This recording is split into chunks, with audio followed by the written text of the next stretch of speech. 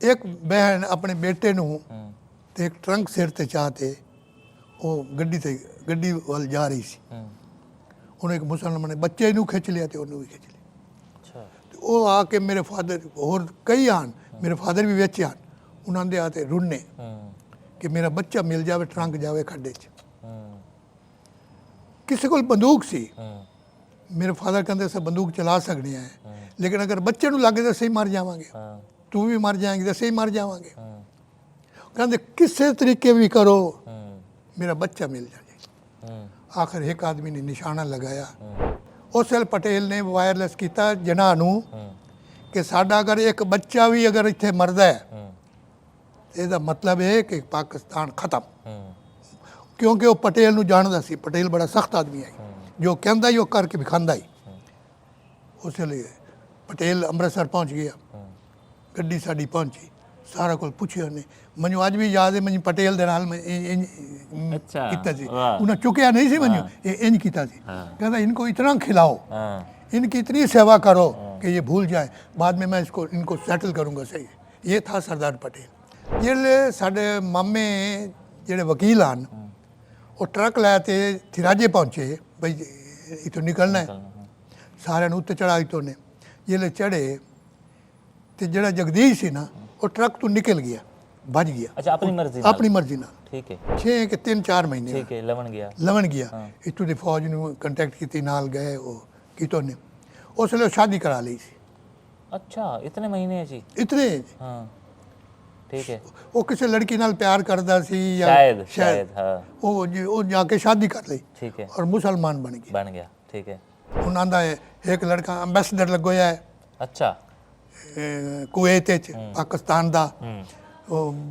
कई बच्चे फौज सू, ना नूं दस्या ने, मैं याद कोई नहीं भाई कि कितने बच्चे काफ़ी है सू।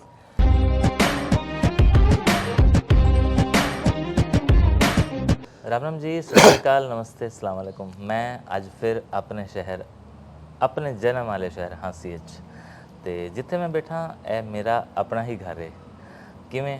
क्योंकि इत्थे मेरा इतना सारा वक्त गुजरा, इतनी सारी यादां हैं पईयां ते किते ना किते जिवें हांसी दी हर कहानी खानेवाल, कबीर वाले या लोधरा तो जुड़ी हुई होंदी है, तुलंबे तो जुड़ी हुई होंदी है। ये वाली कहानी भी, ये वाली दास्तां भी खास खानेवाल दी है।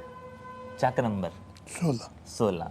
चलो कहानी शुरू करन तो पहले तुहाडे परिवार नूं ते खानेवाल वालियां नूं सारियां नूं पहले तुहाडी वो पता चल जावे, एक शिनाख्त की। हाँ जी, तुहाडा नाम क्या है? मेरा नाम जयराम दास कथूरिया। जयराम दास कथूरिया। ते अपने फादर साहब का नाम? श्री लक्ष्मण दास जी। दादा जी का नाम? श्री वसंदा राम। अच्छा, परदादा का नाम भी याद है? नहीं है। ठीक है। ते ए परिवार खाने वाले 16 चाके चाहिए? असी पहले सी माड़ी सौ। अच्छा।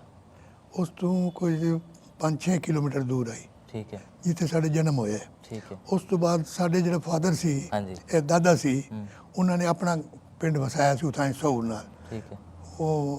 ओदा नाम सी वसंदा राम दा खूह। अच्छा। साढ़े दादे दा। ठीक हो गया। उत्थे रहिंदे सी। बाद साढ़े मामिया ने उन्होंने ज़मीन सी थिराजे। हाँ। उत्थे क्योंकि ब्लड आंदी सी, इस वास्ते उन्होंने मतलब मुल्तान डिस्ट्रिक्ट आमन की चाह रखी। ठीक है। उत्थे ज़मीन वेच रहे सी और इत्थे ज़मीन खरीदियाँ गई सी। ठीक है। ये ज़मीन खरीदियाँ गई सी 500 कितने एकड़। अच्छा, तो फिर एक चक के जान? नहीं, कई चक आन। अच्छा। 2 चक 12 चक, मुझे एग्जैक्ट अजे याद भी नहीं है। एक 26 लाट कोई होंदी सी वो भी। ते वो क्योंकि जंगल होंदा सी ते जंगल अंग्रेज़ों ने नीलाम किया सी। लेबर बड़ी सस्ती होंदी सी, मशीनां होंदियां कोई नहीं सी। उन्होंने मतलब जल्दी 6 महीने में तैयार कर दिता सारा उत्थे। और पानी ज़बरदस्त होंदा सी नदियां दा, और पैदावार ज़बरदस्त होने लग गई। चक नंबर 16 दे विच उत्थे अस मकान बनाने शुरू किए। साढ़े मामे दे मकान भी बन रहे सी और असी भी उत्थे सन 1945 च उत्थे आ गए। माड़ी सऊ छोड़ के जिहड़ा साडा दादा दा पिंड खूह सी उन्होंने छोड़ के असां चक नंबर 16 में आ गए। ठीक है। उत्थे मकान बन रहे सी। मीन टाइम साढ़े मामे की डेथ हो गई। अच्छा जी। फिर गड़बड़ शुरू हो गई। ਅਸੀਂ ਉੱਥੇ ਰਹੇ 45 46 47 3 ਸਾਲ। ਤਬ ਉਹ ਸਾਡਾ ਪਿੰਡ ਜਿਹੜਾ ਸੀ ਚੱਕ ਨੰਬਰ 16 ਸਾਡੇ ਫਾਦਰ ਨੇ ਵਸਾਇਆ ਸੀ। ਔਰ ਖਾਨੇਵਾਲ ਦੇ ਵਿੱਚ ਜਿਹੜੇ ਗਰੀਬ ਆਦਮੀ ਹੁੰਦੇ ਸੀ ਨਾ ਉਹਨਾਂ ਨੂੰ ਲੈ ਆਏ ਸੀ। ਅੱਛਾ। ਕਿਉਂਕਿ ਧਨ ਸਾਡੇ ਫਾਦਰ ਕੋਲ ਬਹੁਤ ਹੁੰਦਾ ਸੀ, ਇਸ ਵਾਸਤੇ ਉਹਨਾਂ ਕਿਹਾ ਬਈ ਤੁਹਾਨੂੰ ਮਕਾਨ ਹੀ ਬਣਾ ਦੇਵਾਂਗੇ, ਦੁਕਾਨ ਹੀ ਬਣਾ ਦੇਵਾਂਗੇ, ਤੁਸੀਂ ਇੱਥੇ ਰਹੋ, मैं ਤੁਹਾਨੂੰ पैसा नहीं देवांगा, लेकिन सामान तुझा खाने वाली खरीद सकते हो और मेरे नाम से लिखवा दियो, जितना पैसा तुझा देंदे रहो। ठीक है भाई, ਮਤਲਬ ਤੁਸੀਂ ਸਾਡੇ ਥੱਲੇ ਕੰਮ ਕਰ ਲਓ, ਸਾਡੇ ਸੰਭਾਲ ਕਰ ਲਓ ਜਿਵੇਂ। थल्ले साढ़े नहीं काम करो, ਅੱਛਾ करो आप अपना मर्जी, फ्री खोला, ਅੱਛਾ। साढ़े थल्ले बिल्कुल नहीं। ਕਿਉਂਕਿ ਜਨਰਲੀ ਅੱਜ ਤਾਂ ਇਹ ਹੁੰਦਾ ਨਾ ਕਿ ਅਗਰ ਮੈਂ ਕਿਸੇ ਵਾਸਤੇ ਕੁਝ ਕਰਿੰਦਾ ਪਿਆ ਤਾਂ ਮੈਂ ਇੱਕ ਉਮੀਦ ਰੱਖਣਾ ਕਿ ਨਹੀਂ ਜੀ ਇਹ ਮੇਰੇ ਵਾਸਤੇ ਕੁਝ ਕਰ ਲਵੇ ਤਾਂ ਹੀ ਮੈਂ ਕਰਿੰਦਾ। ना ना ना ना, ये कोई नहीं सी, ਵਾਹ, वो तो रोजगार देने वास्ते ਯਾਨੀ ਕਿ ਇਹ ਤਾਂ ਇੱਕ ਪਰਉਪਕਾਰ ਹੋਇਆ। प्राप्त करो, परोपकार। उस तो बाद तुसे जो पैसे लाया हो तुसे जितने दे सकते हो वो देंदे रहना, ਠੀਕ ਹੈ। थोड़ा फोर्स कोई नहीं। अगर कहीं खा गए तो खा गए, कोई गल नहीं, लेकिन क्योंकि इतना रिचनेस सी। हुण साडे कोल 4-5 मज्झां होंदियां सी, उत्थे घोड़ी होंदी सी, खाण वाले कितने सी 4 जने, मक्खणी जितना साडे कोल लस्सी लैण आंदे सी ना, साडे फादर मक्खण पा के दिंदे हैं, दहियां पा के दिंदे हैं, दुध पा के दिंदे हैं, भाई लै जाओ। वो साडे फादर दी जदों इत्थे डेथ होई ना, साडे कोल कश नहीं सी बिल्कुल ही। ਜਿਹੜੇ ਸਾਨੂੰ ਉੱਥੇ ਜਾਣਦੇ ਸੀ ਨਾ ਉਹ ਵਿਚਾਰੇ 3 ਬੋਰੀਆਂ ਕਣਕ ਦੀਆਂ ਸਾਡੇ ਘਰ ਸੱਟ ਗਿਆ, ਆਟਾ ਪਿਸਵਾ ਕੇ। ਵਾਹ। ਔਰ 3 ਮਹੀਨੇ ਸਾਡੇ ਘਰ ਬੈਠਾ ਰਿਹਾ, ਨਾਗਪਾਲ ਸੀ। ਸਮਝ ਗਏ। ਉਹ ਕਹਿੰਦੇ ਸਾਡੇ ਪੇਟ ਦੀਆਂ ਰੋਟੀਆਂ ਅਜੇ ਤੱਕ ਨਹੀਂ ਗਲੀਆਂ, ਅਸੀਂ ਮਤਲਬ ਸਾਡੇ ਕੋਲ ਇਹ ਮਤਲਬ ਸਾਡੀ ਇਤਨੀ ਹੈਲਪ ਉਹਨਾਂ ਕੀਤੀ। ਤਾਂ ਕਹਿਣ ਦਾ ਮਤਲਬ ਹੈ ਪਰਉਪਕਾਰ ਕਰਨਾ ਜਿਹੜਾ ਹੈ ਨਾ ਉਹ ਪਰਮਾਤਮਾ ਦੇ ਨਜ਼ਦੀਕ ਜਾਣਾ। ਸਹੀ ਗੱਲ ਹੈ ਤੁਹਾਡੀ, ਸਹੀ ਗੱਲ ਹੈ।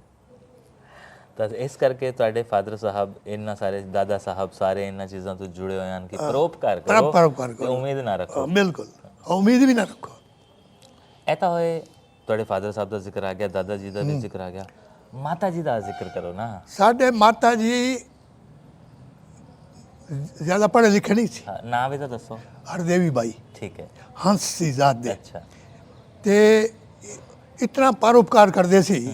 ਅਗਰ ਕਿਸੇ ਨੇ 1 ਕਿਲੋ ਆਟਾ ਮੰਗਿਆ ਨਾ ਤੇ 5 ਕਿਲੋ ਆਟਾ ਚੁੱਕ ਕੇ ਦੇ ਦਿੰਦੇ ਆ। ਅੱਛਾ। ਕਿਸੇ ਨੇ ਤੁਹਾਡਾ ਦੁੱਧ ਮੰਗਿਆ ਨੇ 1 ਕਿਲੋ ਤੇ 5 ਕਿਲੋ ਦੁੱਧ ਦੇ ਦਿੰਦੇ ਆ। ਮਤਲਬ ਦੇਣ ਦੇ ਵਿੱਚ ਇਤਨੇ ਪਸਾਰਾ। ਜਿੱਥੇ ਤੁਹਾਡਾ ਉਹ ਚੱਕ 5 ਸਾਲ ਗੁਜ਼ਰੇ ਹਨ ਉਸ ਜਗ੍ਹਾ ਤੇ ਜਿੱਥੇ ਤੁਹਾਡੇ, ਕਿਉਂਕਿ ਤੁਸੀਂ 5 ਸਾਲ ਦੇ ਆਵੇ ਸ਼ਾਇਦ। ਮੈਂ ਟੋਟਲ 42 ਮੇਰੀ ਡੇਟ ਆਫ ਬਰਥ ਸੀ ਔਰ 47 ਚ ਅਸੀਂ ਪਾਰਟੀਸ਼ਨ ਤੋਂ ਬਾਅਦ ਆ ਗਏ। ਤੇ ਉਹ ਜਿਹੜਾ ਚੱਕ ਹੈ, ਚੱਕ ਦੇ ਵਿੱਚ ਤੁਹਾਡਾ ਜਿਹੜਾ हवेली है, मकान है, घर है, कोठी है, किस तरह का है, कुछ है छोटा मोटा याद? बिल्कुल पूरा याद है। अच्छा। छोटा मोटा नहीं, पूरा याद है। उस वक्त क्योंकि कुछ साढ़े मामे दे मकान बन, साढ़े 3 मामे सी और 2 दूजे कज़न आन उन्हां दे, ठीक है। यानी कि 7 मकान, 3 ते 2 5 ते 1 साढ़ा 6 मकान बनने सी। 2 शुरू हो चुके सी, 1 तो कंप्लीट हो गया सी जिथे असीं रहिंदे सी। ठीक है। उस मकान दे विच वो पक्के बने हो सी, लेकिन जिहड़े चौके हुंदे सी ना वो कच्चे हुंदे आ। ठीक है। सीमेंट नहीं हुंदे सी। इधर मकान बने हुए सी। उस तो बाद इस पासे साड़ी मतलब बैठक होंदी सी और 2 कमरे बड़े बड़े वड्डे बने हुए थे जिथे साड़ी फसल आंदी सी। बड़ा वड्डा गेट होंदा सी। इधर दूजे पासे साड़ियां मज्जां घोड़ियां उत्थे रुकी हुई होंदियां सी इस पासे। ते अग्गा फिर अग्गा चलन से पर नलका लगा होया सी पानी वास्ते, बाहर, अंदर नहीं बाहर। ठीक है। इस तरह घर सी। अच्छा। तो इस घर दे विच कितने सारे जॉइंट फैमिलीज हो गई, चाचे भी हो गए, ताए भी ना हो वो गए? कोई साढ़े फादर एक सी। अच्छा। साढ़े फादर एक सी। ठीक है। असी साड़ियाँ 5 भैणां सी। एक भैन तो हिंदुस्तानी पैदा हुई, मतलब 4 भैणां उत्थे सी एक तो ते 3 भरा अच्छा। अस उत्थे सी। ठीक है। साढ़ा वड्डा भरा जिहड़ा बाद इत्थे वीडियो बने उत्थे मतलब रहिंदे सी। उस वक्त 15 साल दे सी जद मेरा 10 साल वड्डे सी, सब तो वड्डे हो 10 साढ़े साल। दूजा साढ़ा भरा सी ਉਹ ਸਾਥੋਂ 8 ਸਾਲ ਵੱਡੇ, ਹੁਣ ਉਹ ਵੀ ਦਿੱਲੀ ਰਹਿੰਦੇ। ਤੇ ਤੀਜਾ ਵੀਰਾ ਵੱਡਾ ਵੀਰਾ ਜਿਹੜਾ ਸੀ ਉਹ ਵੀਡੀਓ ਸੀ, ਬਲਾਕ ਡਿਵੈਲਪਮੈਂਟ ਆਫਿਸਰ। ਆਪਾਂ ਇੱਕ ਵਾਰੀ ਵਾਪਸ ਖਾਨੇਵਾਲ ਆ ਜਾਂਦੇ ਹਾਂ। ਹਾਂਜੀ। ਤੇ ਖਾਨੇਵਾਲ ਦੇ ਵਿੱਚ ਇਹਨਾਂ ਦਾ ਕੋਈ ਰਹਿ ਵੀ ਗਿਆ, ਉਸ ਦਾ ਵੀ ਜ਼ਿਕਰ ਇੱਕ ब्रेक ਤੋਂ ਬਾਅਦ। सज्जाद साहब नमस्कार, सलाम। मैं खड़ा हूँ हांसी में, आपके हाजी सराय में। बरसों से आप लोगों की ख्वाहिश थी ना कि आप अपने हाजी सराय को देखें, तो आज हाँसी का हाजी सराय आपकी आवाज़ सुन पाएगा, वो वाली जो आपने मुझे भेजी।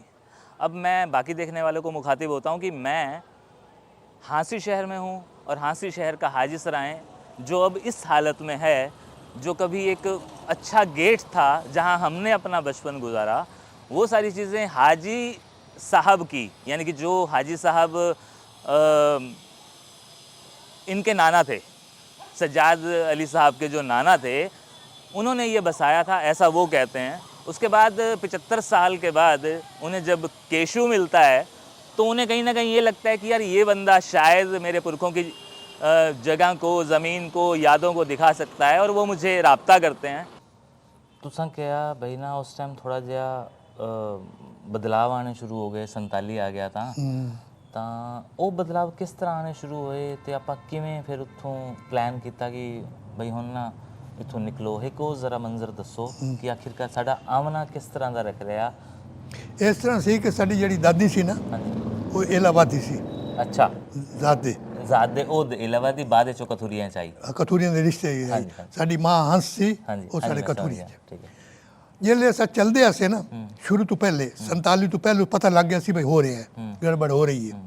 ਅੰਮਾ ਕਹਿੰਦੀ, ਸਾਡੀ ਦਾਦੀ ਕਹਿੰਦੀ ਸੀ ਸਾਡੇ ਪਿਤਾ ਜੀ ਨੂੰ ਕਿ ਇਸ ਤਰ੍ਹਾਂ ਕਦੇ ਹੋਇਆ ਕਿ ਦੇਸ਼ ਛੋੜ ਕੇ ਭੱਜ ਜਾਓ?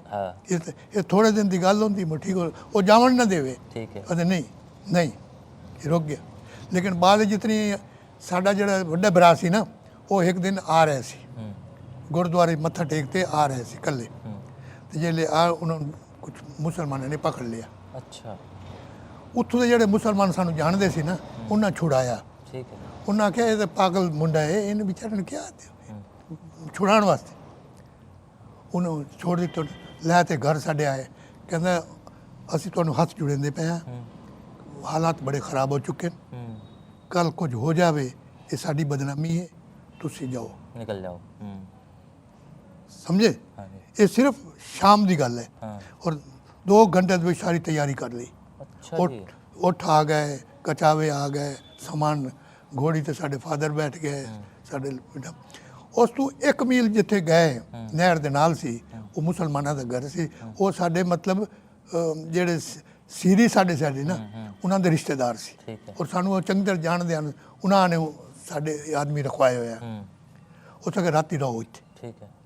ਰਾਤੀ ਉੱਥੇ ਉਹਨਾਂ ਸਾਨੂੰ ਕਿਹਾ ਬਈ ਤੁਸੀਂ ਸਾਡੀ ਰੋਟੀ ਨਹੀਂ ਖਾਂਦੇ, ਸਾਡਾ ਅਨਾਜ ਲਓ, ਇਹ ਸਬਜ਼ੀਆਂ ਪਈਆਂ, ਇਹ ਤੁਸੀਂ ਬਣਾਓ, ਇਹ ਸਾਧਨ ਪੈਣ। ਇਹ ਉੱਥੇ ਬਣ ਗਈ, ਅਸੀਂ ਖਾਧਾ ਸਾਰਾ ਰਾਤੀ ਉੱਥੇ ਰਹੇ।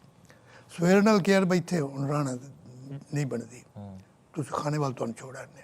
ਅੱਛਾ, ਸਾਨੂੰ ਉਹ ਸਭ ਬੜੇ ਇੱਜ਼ਤ ਨਾਲ ਖਾਣੇ ਵਾਲ ਛੋੜਿਆ। ਖਾਣੇ ਵਾਲ ਦੇ ਵਿੱਚ ਸਾਡਾ ਕੋਈ ਮਕਾਨ ਨਹੀਂ ਸੀ, ਉੱਥੇ ਪਲਾਟ ਸੀ। ਇੱਕ ਮਕਾਨ ਸਾਡੇ ਰਿਸ਼ਤੇਦਾਰਾਂ ਨੇ ਬਣਾਇਆ ਹੋਇਆ ਸੀ, ਬੜਾ ਵੱਡਾ ਮਕਾਨ ਹੈ। ਉਹ ਮੈਂ ਜਗ੍ਹਾ ਤਾਂ ਮੈਨੂੰ ਯਾਦ ਨਹੀਂ ਕਿਹੜੀ ਹੈ। ਉੱਥੇ ਜਿਤਨੇ ਵੀ ਪਰਿਵਾਰ ਸੀ ਨਾ, ਕੁਛ ਆਇਆ ਸੀ ਜੋਧਪੁਰ ਤੋਂ, ਜੋਧਪੁਰ ਜਿੱਥੇ ਭਜਾਣੇ ਰਹਿੰਦੇ ਸੀ, ਇੱਕ ਬਿਲਾਵਰਪੁਰ, ਉੱਥੇ ਭਜਾਣੇ ਰਹਿੰਦੇ ਸੀ। ਉਹਨਾਂ ਦੀ ਉਹ ਬੇਟੀ ਰਿਸ਼ਤੇਦਾਰ ਸੀ, ਉਸ ਮਕਾਨੇ ਸਾਰੇ ਆ ਕੇ ਰੁਕੇ। ਇਹ ਮਤਲਬ ਉਹਨਾਂ ਬਿਆਨਾਂ ਦਾ ਜ਼ਿਕਰ ਹੋ ਰਿਹਾ ਜਿਹੜੇ ਇਸ ਟਾਈਮ ਸਾਡੇ ਸ਼ਹਿਰ ਦੇ ਐਮਐਲਏ ਆ ਤੇ ਉਹਨਾਂ ਦੇ ਫਾਦਰ ਸਾਹਿਬ ਰਹਿੰਦੇ ਆ। ਠੀਕ ਹੈ। ਇਹ ਵੀ ਆਣ ਤੇ ਦੂਜੇ ਇੱਕ ਬਿਲਾਵਰਪੁਰ ਦੇ ਭਜਾਣੇ ਜਿਹੜੇ ਸੌ ਬੈਠੇ ਉਕਲਾਣੇ ਦੇ ਨਾਲ, ਉਹ ਉਹਨਾਂ ਦੇ, ਉਹ ਸੀ 80 ਸੀ। ਹੰਸ ਫੈਮਿਲੀ ਨਹੀਂ ਸੀ। ਠੀਕ ਹੈ। ਅਸੀਂ ਸਾਰੇ ਉੱਥੇ ਰਹੇ। ਉਹਨਾਂ ਕੇ ਬਈ ਜਾਣਾ, ਕਿਨਾਂ ਨੇ ਬੱਸਾਂ ਬਣਾਈਆਂ, ਬਈ ਬੱਸਾਂ ਚੱਲਣੀਆਂ, ਕਈ ਚਲੇ ਗਏ। ਸਾਡੇ ਫਾਦਰ ਨੇ ਆਖਿਆ ਨਹੀਂ, ਗੱਡੀ ਚੱਲਾਂਗੇ। ਲਾਸਟ ਗੱਡੀ ਆਈ। ਅੱਛਾ, ਜਿਸ ਗੱਡੀ 'ਚ ਆਏ। ਲੇਕਿਨ ਇਤਨੀਆਂ ਲੈਟਰਿਨ ਬਾਹਰ ਹੋਈਆਂ ਪਈਆਂ ਸੀ ਕਿ ਉਹਦੇ ਵਿੱਚ ਲੋਕਾਂ ਦੇ ਪੈਰ ਭਰ ਰਹੇ ਸੀ। ਅੱਛਾ, ਮਤਲਬ ਇਹ ਜਿਵੇਂ ਗੋਬਰ ਜਿਹਾ ਹੋਇਆ ਪਿਆ, ਖੁੱਲ੍ਹ, ਕਿੱਥੇ ਕੋਈ ਲੈਟਰਿਨ ਹੈ ਹੀ ਕੋਈ ਜਗ੍ਹਾ ਹੀ ਕੋਈ ਨਹੀਂ। ਉਹ ਜਿੱਥੇ ਵਿਚਾਰੇ ਬੰਦੇ ਹਨ। ਪਾਣੀ ਨਹੀਂ ਮਿਲਦਾ ਸੀ, ਕਈਆਂ ਨੂੰ ਪਾਣੀ ਨਹੀਂ ਮਿਲਦਾ, ਉਹਨਾਂ ਨੂੰ ਪਤਾ ਨਹੀਂ ਬਾਹਰ ਦੇ ਲੋਕ ਆਏ ਹੋਏ ਹਨ। ਖਾਣੇਵਾਲ ਗੱਡੀ ਖਾਣੇਵਾਲ ਤੋਂ ਚੱਲਦੀ ਸੀ, ਲੋਕਾਂ ਨੂੰ ਪਤਾ ਨਹੀਂ ਸੀ। ਇਸ ਵਾਸਤੇ ਉਹ ਬੜੀ, ਇੱਕ ਵਾਰੀ ਗਏ ਭੀੜ ਛੋੜ ਤੇ ਆ ਗਏ, तो साढ़े फादर ने कहा इस तो मरना ठीक है, ये कोई लाइफ है। फिर दिल करके उसने कहा भाई साढ़े मामे का कई बार एक लैटर आया सी, किसी आदमी खाने वाल आया सी, कहता तुझे लास्ट गड्डी है और तुम इस गड्डी जरूर आना है, बस बाद मुश्किल हो जाएगियाँ तो गड्डी जाना। अस जिमें भी करते गड्डी तक पहुँचे, और गड्डी खूब भीड़।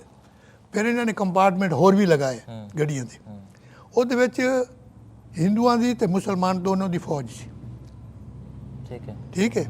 लेकिन कई मुसलमानों ने कई ਹਿੰਦੂਆਂ ਨੂੰ ਜੋ ਸਮਾਨ ਵਿਚਾਰੀ ਚੱਕ ਜਾਂਦੇ ਹਨ ਉਹਨਾਂ ਨੂੰ ਲੁੱਟ ਲੈਂਦੇ ਹਨ। ਇੱਕ ਬਹਿਣ ਆਪਣੇ ਬੇਟੇ ਨੂੰ ਤੇ ਇੱਕ ਟਰੰਕ ਸਿਰ ਤੇ ਚਾਹ ਤੇ ਉਹ ਗੱਡੀ ਵੱਲ ਜਾ ਰਹੀ ਸੀ।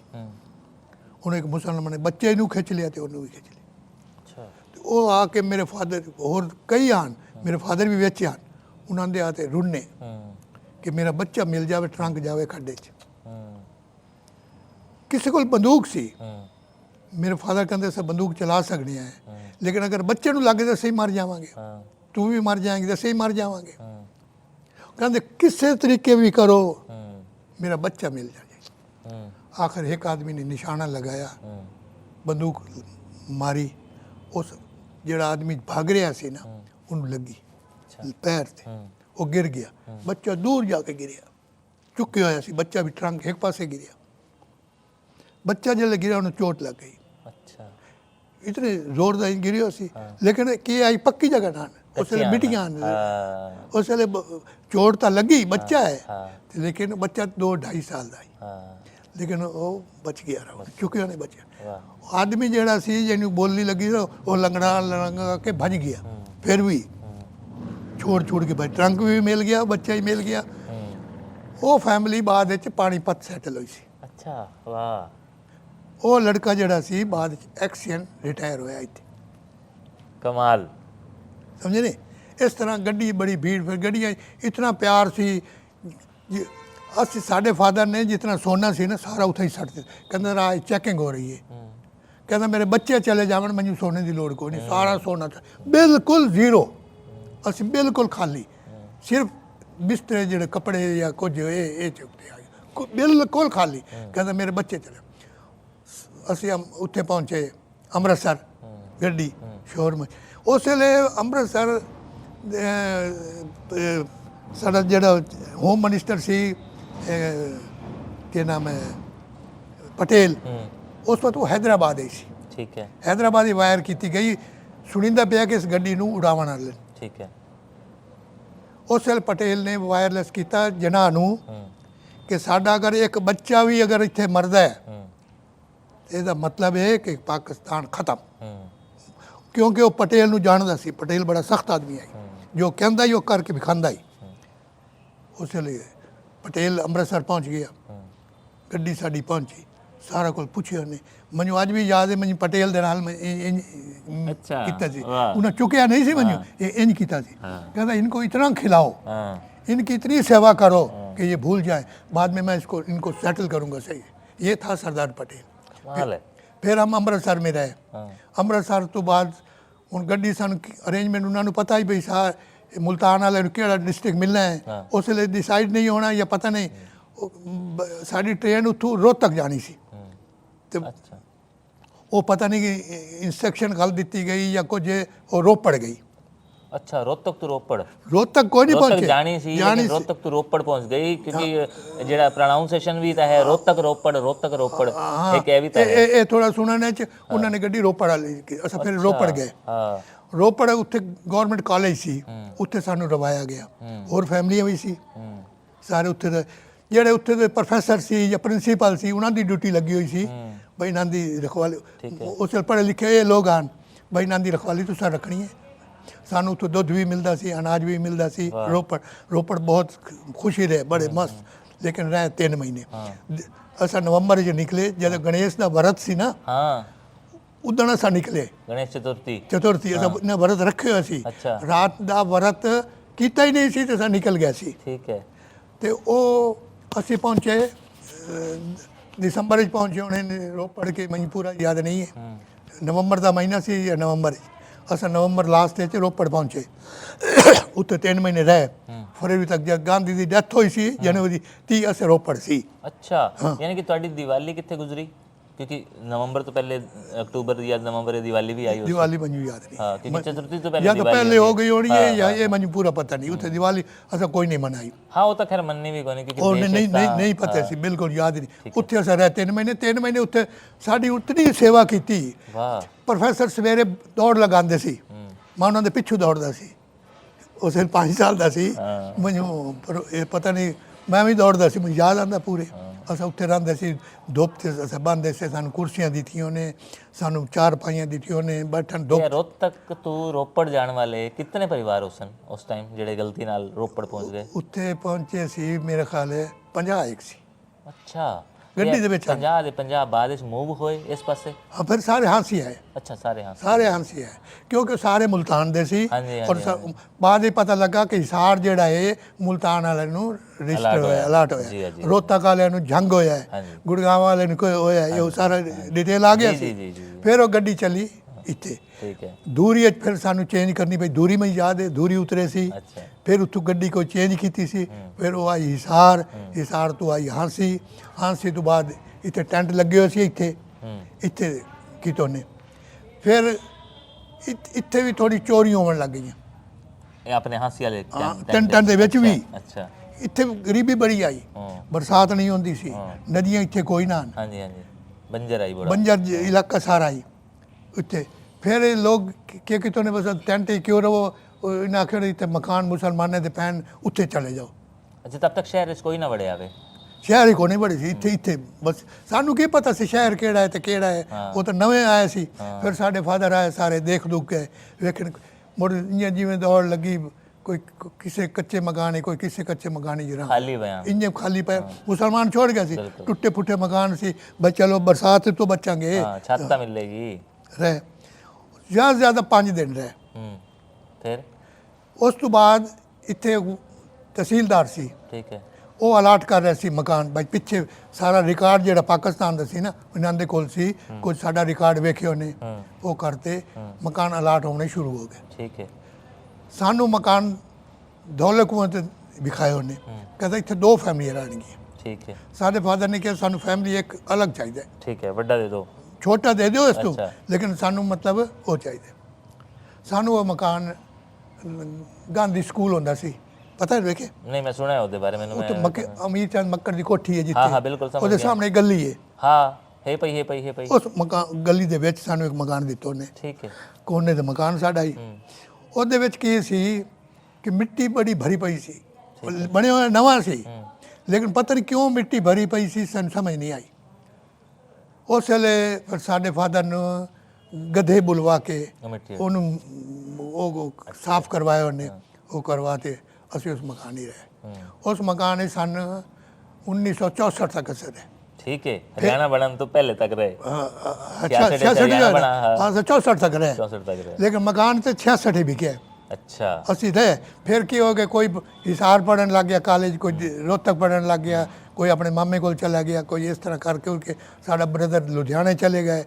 साडे भरा ने ਜਿਹੜਾ ਦੂਜਾ ਭਰਾ ਸੀ ਉਸਨੇ ਪਟਵਾਰ ਕੀਤੀ, ਸਨ 1951 ਮੈਟ੍ਰਿਕ ਕੀਤੀ ਔਰ 52 ਵਿੱਚ ਉਹ ਪਟਵਾਰੀ ਬਣ ਗਿਆ। ਇੱਥੇ 9 ਮਹੀਨੇ ਦੀ ਟ੍ਰੇਨਿੰਗ ਸੀ ਹਿਸਾਰ, ਉੱਥੋਂ ਕਰਤੇ ਪਟਵਾਰੀ ਲੱਗ ਗਿਆ।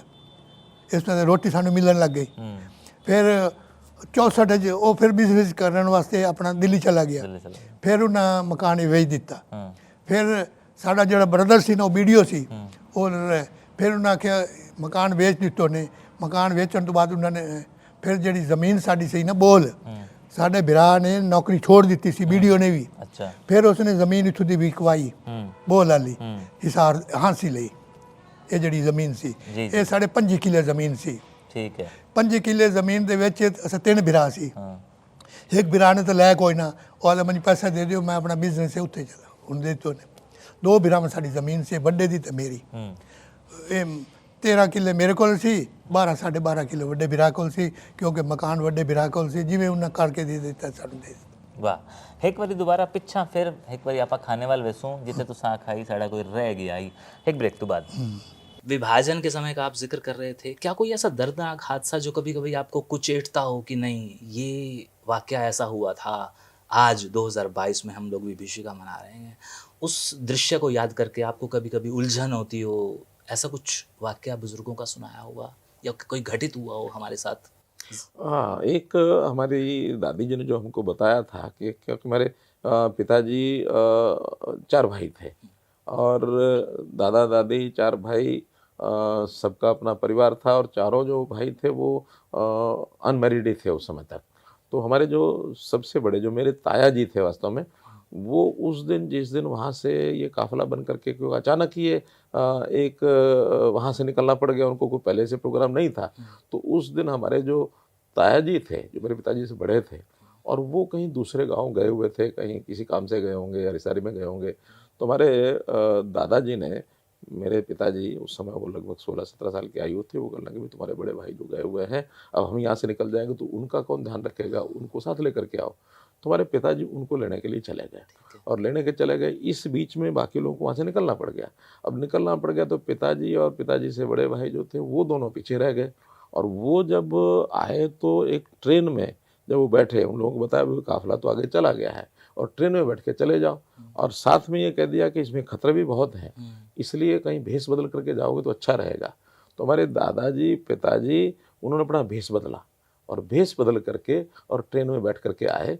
और अचानक उस ट्रेन में एक पुलिस का आदमी जो हमारे उस इलाके का ही रहता था वो, तो वो उस ट्रेन में ही था। पिताजी ने उस पुलिस के सिपाही को पहचान लिया तो फिर उनका इस सिपाही को बताना चाहिए। तब उसको बताया कि भाई हम ऐसे ऐसे भेष बदल करके आ रहे हैं, दोनों भाई हैं, इसलिए हमें सुरक्षित जो है वहाँ पहुँचाना है। तब उन्होंने अपने उस गार्ड रूम में बैठा करके और उनको लुधियाना तक लेकर के आए। वापस एक खाने वाल जाने उत्थे कौन रह गया कदम तक सानू मतलब कांटेक्ट च रहे, आज क्या स्थिति है 2023? खाने वाल ਉਹ ਨਹੀਂ ਰਹੇ ਸੇ, ਉਹ ਰਹਿੰਦੇ ਸੀ ਥਿਰਾਜੇ। ਅੱਛਾ। ਸਾਡੇ ਮਾਮੇ ਜਿਹੜੇ ਸੀ ਨਾ ਜ਼ਮੀਨਾਂ ਰਾਜਾਂ, ਤੇ ਇੱਕ ਮਾਮਾ ਸਾਡੇ ਉੱਥੇ ਰਹਿੰਦੇ ਸੀ ਜੰਗ ਮਿਗਿਆਣੇ, ਉਹ ਐਡਵੋਕੇਟ ਆ। ਠੀਕ ਹੈ। ਦੋ ਮਾਮੇ ਦੀ ਡੈਥ ਤੋਂ ਬਾਅਦ ਉਹ ਸਾਰੇ ਉੱਥੇ ਰਹਿਣ ਲੱਗੇ, ਕਿਤੇ ਥਿਰਾਜੇ। ਮੈਂ ਉਹ ਸਾਡੇ ਮਾਮੇ ਦਾ ਮੁੰਡਾ ਸੀ, ਛੋਟੇ ਮਾਮੇ ਦਾ ਮੁੰਡਾ ਜਗਦੀਸ਼। ਠੀਕ ਹੈ। ਉਹ ਤਿੰਨ ਭਰਾ ਹਨ, ਹੰਸਰਾਜ, ਜਗਦੀਸ਼ ਤੇ ਰਾਮ। ਜਗਦੀਸ਼ ਵੱਡਾ ਨਾ ਜਗਦੀਸ਼ ਵਿਚਾਲੇ ਵਾਲਾ। ਅੱਛਾ। ਉਹਨਾਂ ਦੀ ਇੱਕ ਭੈਣ, ਉਹ ਉੱਥੇ ਰਹਿੰਦੇ ਹਨ। ਜਿਹੜੇ ਸਾਡੇ ਮਾਮੇ ਜਿਹੜੇ ਵਕੀਲ ਹਨ, ਉਹ ਟਰੱਕ ਲੈ ਕੇ ਥਿਰਾਜੇ ਪਹੁੰਚੇ, ਬਈ ਇੱਥੋਂ ਨਿਕਲਣਾ ਹੈ। ਸਾਰਿਆਂ ਨੂੰ ਉੱਤੇ ਚੜ੍ਹਾ ਦਿੱਤੇ ਉਹਨੇ। ਜਿਹੜੇ ਚੜ੍ਹੇ ਤੇ ਜਿਹੜਾ ਜਗਦੀਸ਼ ਸੀ ਨਾ, ਉਹ ਟਰੱਕ ਤੋਂ ਨਿਕਲ ਗਿਆ, ਭੱਜ ਗਿਆ। ਅੱਛਾ, ਆਪਣੀ ਮਰਜ਼ੀ ਨਾਲ? ਆਪਣੀ ਮਰਜ਼ੀ ਨਾਲ। ਠੀਕ ਹੈ। 15 ਸਾਲ ਦਾ ਸੀ। ਸਮਝਦਾਰ ਹੈ ਇਹ। ਹਾਂ, 15 ਸਾਲ ਦਾ ਹੈ। ਉਹ ਮੁਸਲਮਾਨਾਂ ਦੇ ਨਾਲ ਹੁੱਕਾ ਪੀਂਦਾ ਸੀ, ਪਾਉਂਦੇ ਸੀ। ਉਹਨਾਂ ਦੀ ਸੁਸਾਇਟੀ ਦਾ ਸਾਨੂੰ ਮੈਨੂੰ ਨਹੀਂ ਯਾਦ, ਮੈਂ ਉਹਨੂੰ ਵੇਖਿਆ ਹੋਇਆ ਨਹੀਂ ਸੀ। ਮੈਂ ਵੇਖਿਆ ਹੋਇਆ ਸੀ, ਮੈਨੂੰ ਤਾਂ ਉਸ ਵੇਲੇ ਬਿਲਕੁਲ ਯਾਦ ਹੀ ਨਹੀਂ, ਬਿਲਕੁਲ ਹੀ। ਉਹ ਪਿੱਛਾ ਭੱਜ ਗਿਆ। ਠੀਕ ਹੈ। ਜਿਹੜੇ ਭੱਜ ਗਿਆ ਤੇ ਸਾਡੇ ਮਾਮੇ ਨੇ ਕਿਹਾ, ਜਿਹੜੇ ਮਾਮਾ ਵਕੀਲ ਸੀ, ਕਹਿੰਦਾ ਭੱਜਦਾ ਹੁਣ ਭੱਜਦੇ ਰਹੋ, ਸਾਰਿਆਂ ਨੂੰ ਅਸੀਂ ਨੀਮ ਆਦਮੀਆਂ ਨੂੰ ਮਾਰਨਾ, ਉਹ ਆਣਾ ਹੀ ਨਹੀਂ। ਅੱਛਾ। ਉਹਨੂੰ ਛੋੜ ਦਿੱਤਾ, ਲੈ ਤੇ ਟਰੱਕ ਦੇ ਵਿੱਚ ਆਪਣੀ ਫੈਮਿਲੀ ਲੈ ਕੇ ਹਿੰਦੁਸਤਾਨ ਪਹੁੰਚ ਗਏ। 6 ਮਹੀਨੇ ਤੋਂ ਬਾਅਦ ਕਿ 3 ਮਹੀਨੇ ਕਿ 4 ਮਹੀਨੇ ਤੋਂ ਬਾਅਦ ਉਹਨਾਂ ਦਾ ਵੱਡਾ ਵੀਰਾ ਹੰਸਰਾਜ ਉਹਨੂੰ ਲਵਣ ਗਿਆ। 6 ਮਹੀਨੇ ਤੋਂ ਬਾਅਦ? 6 ਕਿ 3-4 ਮਹੀਨੇ। ਠੀਕ ਹੈ। ਲਵਣ ਗਿਆ। ਇੱਥੋਂ ਦੀ ਫੌਜ ਨੂੰ ਕੰਟੈਕਟ ਕੀਤੀ, ਨਾਲ ਗਏ ਉਹ ਕਿਤੋਂ ਨੇ। ਉਸ ਵੇਲੇ ਸ਼ਾਦੀ ਕਰਾ ਲਈ ਸੀ। ਅੱਛਾ, ਇਤਨੇ ਮਹੀਨੇ ਜੀ? ਇਤਨੇ। ਹਾਂ, ਠੀਕ ਹੈ।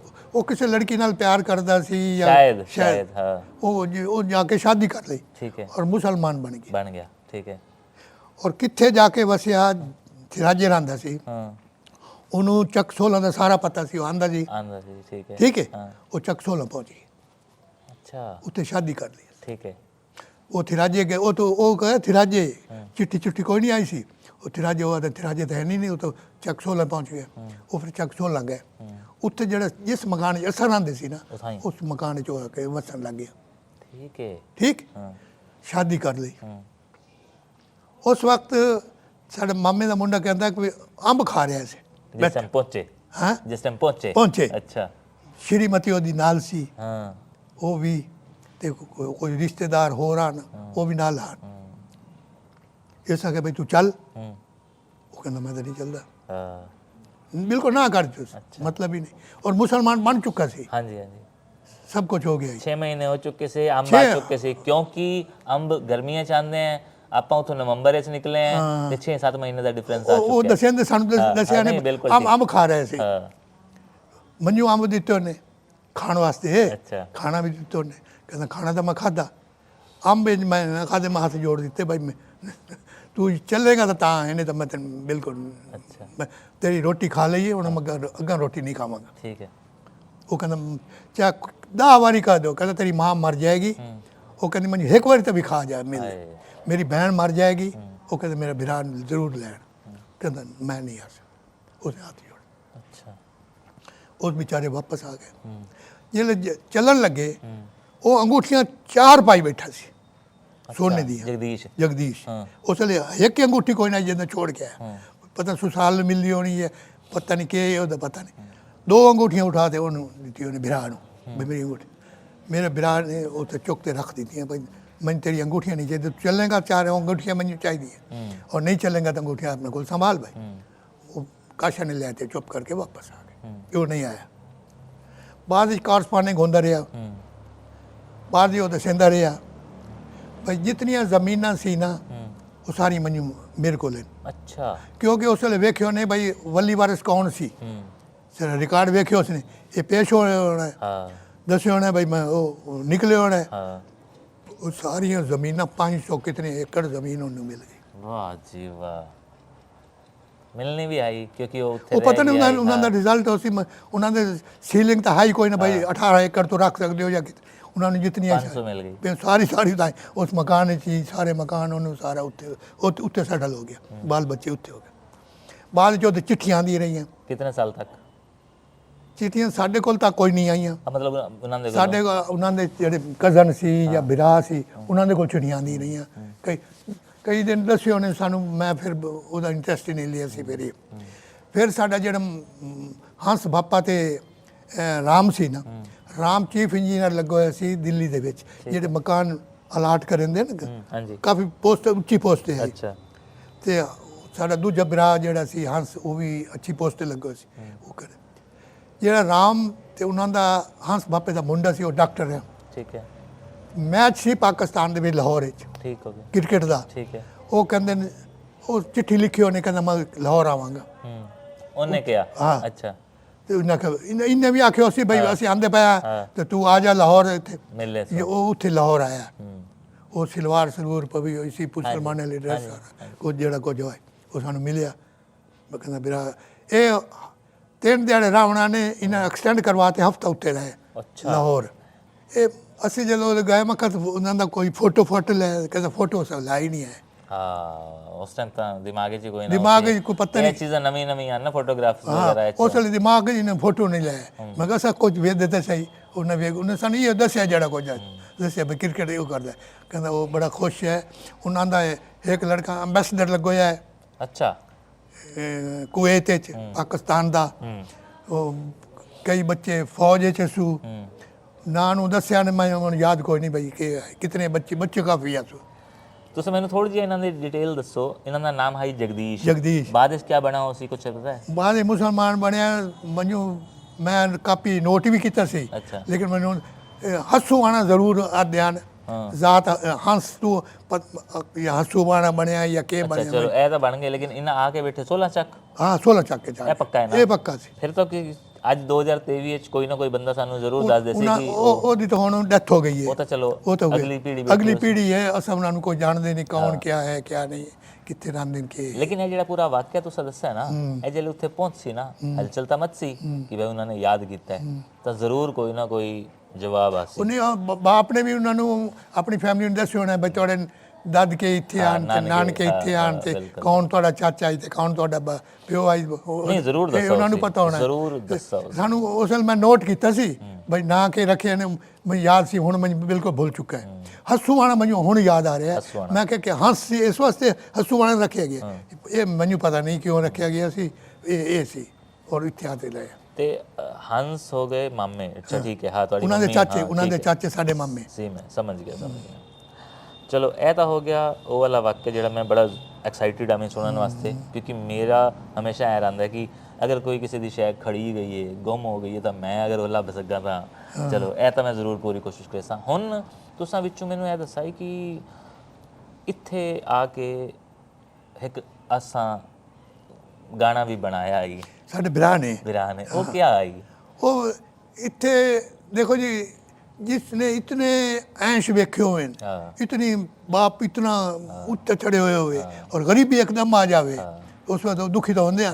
उसने फिर एक गाना बनाया, किस्मत मार रफूजी बनाया। अच्छा। असां जिमीदार हासे, चक 16 विच रहन वाले हांसी कैंप च फासे। अच्छा। ਮੱਕਾ ਖਾਣ ਨੂੰ ਮਿਲਦਾ ਨਹੀਂ, ਪਰਾਠੇ ਖਾਂਦੇ ਹਾਸੇ। ਪ੍ਰੀਤਮ ਮਕਾਨ ਸਾਡੇ ਕੋਲ ਕੋਈ ਨਾ, ਇਹ ਕਮਰਾ ਆਈ ਉਹਦੇ ਦਰਵਾਜ਼ੇ ਕੋਈ ਨਾ ਲੱਗੇ।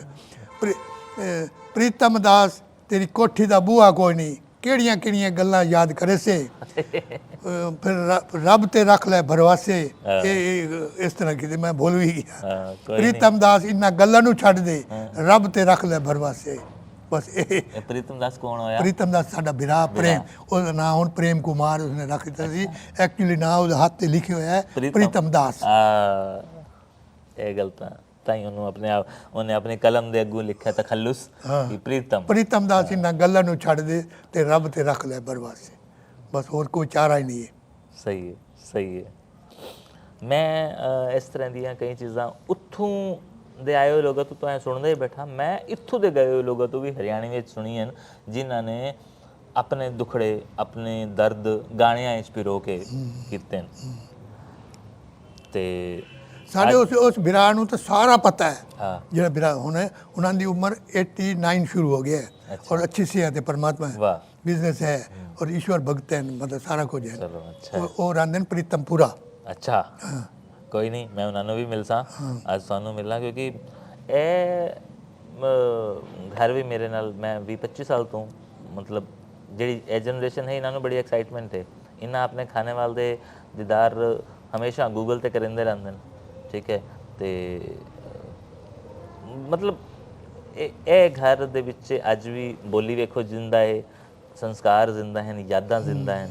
ਤੇ ਇਸ ਤਰ੍ਹਾਂ ਦੇ ਬੜੇ ਘੱਟ ਹੁੰਦੇ ਨੇ। ਫਿਰ ਜਿਸ ਮੈਨੂੰ ਇਹ ਪਤਾ ਲੱਗਾ ਕਿ ਭਾਈ ਇਸ ਤਰ੍ਹਾਂ ਦੀ ਕੁਝ ਮੈਮਰੀਜ਼ ਹਨ, ਉਹ ਕੈਪਚਰ ਕਰਨਾ ਬੜਾ ਹੀ ਜ਼ਰੂਰੀ ਹੈ, ਕਿਉਂਕਿ ਇਹਨਾਂ ਦੇ ਤੋਂ ਕਨੈਕਟਡ ਇੱਕ ਵੀਡੀਓ ਅਸੀਂ ਤੁਹਾਨੂੰ ਦਿਖਾ ਚੁੱਕੇ ਹਾਂ, ਝੰਗ ਦਾ ਸ਼ਰਦਾਨੰਦ ਚਾਨਣਾ ਸਾਹਿਬ ਦਾ।